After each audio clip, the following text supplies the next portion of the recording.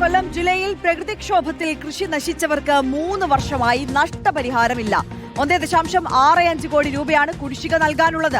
വിവിധ ബ്ലോക്ക് പഞ്ചായത്തുകളിലായി 3340 കർഷകർക്ക് അനുവദിച്ച നഷ്ടപരിഹാരമാണ് വൈകുന്നത്.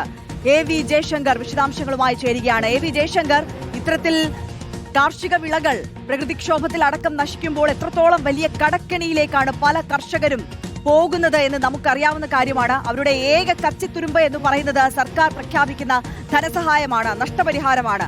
ഈ നഷ്ടപരിഹാരം നൽകാൻ വൈകുന്നത് എന്തുകൊണ്ടാണ് ജയശങ്കർ? അധികൃതർ എന്താണ് പറയുന്നത്? ആര്യായി, കർഷകരൊക്കെ തന്നെ വലിയ പ്രതിസന്ധി നേരിടുന്ന ഘട്ടത്തിലാണ്. കൊല്ലം ജില്ലയിൽ മാത്രം കുടിശ്ശികയായിട്ടുള്ളത് 1.65 കോടി രൂപ എന്ന വലിയൊരു കണക്ക് വരുന്നത്. 2023 ഏപ്രിൽ മുതലുള്ള ഒരു തുകയാണ് നിലവിൽ വിതരണം ചെയ്യാനുള്ളത്.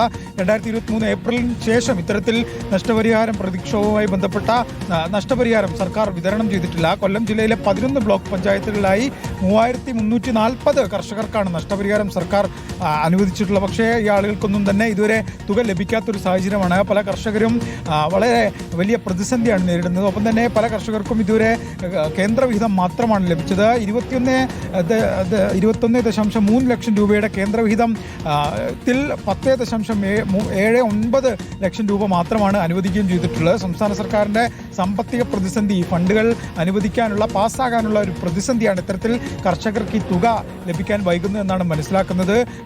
1.65 കോടി രൂപ എന്ന് പറയുന്നത് വലിയ ഒരു തുക തന്നെയാണ്. കർഷകരെ സംബന്ധിച്ച് ഈ പ്രകൃതിക്ഷോഭത്തിൽ വാഴയും മറ്റു കൃഷികളും ഒക്കെ നശിക്കുമ്പോൾ വീണ്ടും ഈ കൃഷിയിലേക്ക് ഇറങ്ങാൻ ഒരു പ്രചോദനം എന്ന് പറയുന്നത് ഈ നഷ്ടപരിഹാര തുകയാണ്. ഇങ്ങനെ ഇത് സർക്കാരിന് ലഭിക്കാതെ വരുന്ന സാഹചര്യത്തിൽ കർഷകരെ സംബന്ധിച്ച് ഇത് വലിയ പ്രതിസന്ധിയാണ്. അവരെ കൂടുതൽ കടക്കെണിയിലേക്ക് തള്ളിവിടുന്ന കാര്യമാണ്. എത്രയും പെട്ടെന്ന് സർക്കാർ ഇടപെട്ട് ഈ തുക അനുവദിക്കണം, പാസ്സാക്കണമെന്നാണ്, അല്ലെങ്കിൽ വിതരണം ചെയ്യണമെന്നാണ് കർഷകരുമായി ബന്ധപ്പെട്ട സംഘടനകളും ഈ കാർഷിക തൊഴിലാളികളൊക്കെ തന്നെ ആവശ്യപ്പെടുന്നത്. കാര്യം അതെ, അടിയന്തരമായി ഇടപെടേണ്ട വിഷയമാണ് സർക്കാർ. ഇതിൽ 3 വർഷമായി കർഷകർക്ക് അവർക്ക് ലഭിക്കേണ്ട ധനസഹായം, നഷ്ടപരിഹാരം ലഭിക്കുന്നില്ല എന്ന ഗുരുതരമായ സാഹചര്യമാണ്.